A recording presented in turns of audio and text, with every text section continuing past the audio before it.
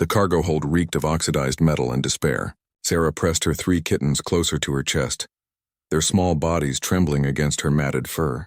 The chains binding her to the bulkhead clinked softly with each labored breath. Through the cracked viewport she could see the debris field growing larger, twisted fragments of destroyed vessels spinning lazily in the void. The Krillian slavers had abandoned ship 30 minutes ago. She'd heard their panicked chittering, felt the vibrations of their escape pods launching. They'd left her here, chained like cargo they couldn't be bothered to salvage. The collision alarm wailed its monotonous death song, counting down the minutes until this derelict freighter would join the graveyard of metal surrounding it. Sarah's species, the Felini, were prized across the galaxy for their grace and intelligence, but that same value made them targets. She'd been taken from her homeworld 6 months ago, her kittens born in captivity. Now they would die in it.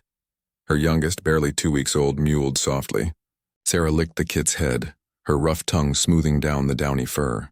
"Hush, little one," she whispered in her native tongue, though she knew the translation collar around her neck broadcast her words as gibberish to anyone listening. Not that anyone was listening anymore. The ship shuddered. Something large had impacted the stern. Sarah's ears flattened against her skull as the lights flickered and died, leaving only the emergency strips casting everything in sickly red. The kittens whimpered, and she wrapped her tail around them protectively. Through the viewport, a shape emerged from the debris field. Not a rock. A ship, small, agile, with burn marks scarring its hull. Human design, if Sarah remembered correctly. She'd seen their vessels before, heard whispers in the slave markets.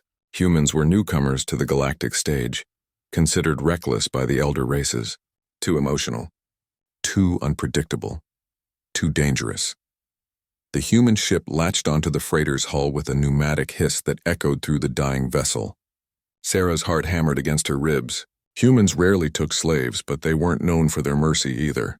They were warriors, conquerors. What would they want with a dying cat and her kittens? Heavy boots rang against metal deck plating. The cargo hold door screeched open, and Sarah bared her fangs instinctively, pulling her kittens behind her as much as the chains would allow. A figure stepped through the hatch, backlit by the harsh white light of a portable flood. Human, definitely, bipedal, wearing a battered vac suit with the helmet retracted. Female, Sarah thought, though human sexual dimorphism was subtle compared to her own species. The woman's dark hair was pulled back in a severe knot, and her eyes, brown and sharp, swept the cargo hold with practiced efficiency. "Shit," the human muttered, her voice carried by the translation collar. She crossed the distance in long strides, dropping to one knee in front of Sarah. "Easy, easy. I'm not here to hurt you." Sarah's growl intensified. The human's hands moved slowly, deliberately, pulling a small device from her belt. "Name's Captain Mara Holt. That freighter out there sent a distress beacon before it went dark. My crew's salvaging what we can, but we don't leave living beings behind." The device hummed to life, a molecular cutter, Sarah realized. Mara aimed it at the chains binding her wrist, and Sarah flinched. "I know," Mara said softly, her eyes meeting Sarah's. "I know you've got every reason not to trust me, but this ship's got maybe 10 minutes before it breaks apart. Those babies deserve a chance, don't they?" Something in the human's voice made Sarah hesitate. Not pity. Pity she'd heard before from the Krillians who'd shackled her. This was different. Respect, maybe. Recognition. Sarah slowly nodded. The molecular cutter sliced through the first chain like it was paper. Then the second. As the third fell away, Sarah's legs nearly buckled. She'd been bound so long she'd forgotten what freedom felt like. Mara caught her before she could fall, one arm supporting Sarah's weight while the other scooped up 2 of the kittens.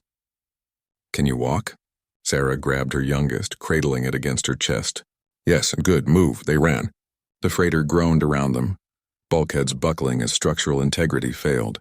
Mara led them through twisting corridors, her headlamp cutting through the darkness. Twice they had to climb over debris. Once Mara physically lifted Sarah over a gap in the floor, kittens and all, as if she weighed nothing. Humans were strong. Sarah had forgotten that.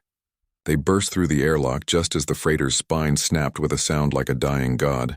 Mara's ship, the Defiant Runner according to the name stenciled on the hull, sealed its hatch behind them.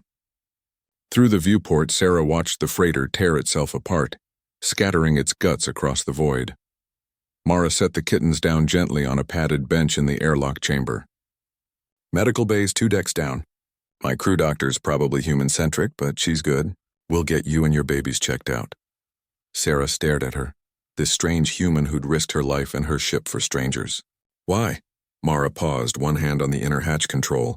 She looked back and something fierce burned in her eyes. Because where I come from, we don't leave people in chains. Not ever. The hatch hissed open, revealing a warm, well-lit corridor. Somewhere deeper in the ship, Sarah heard voices. Laughter, music, the sounds of life continuing.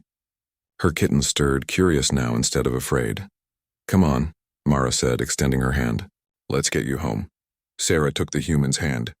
It was calloused and strong, scarred from 100 battles, but it was also warm. For the first time in months, Sarah allowed herself to hope.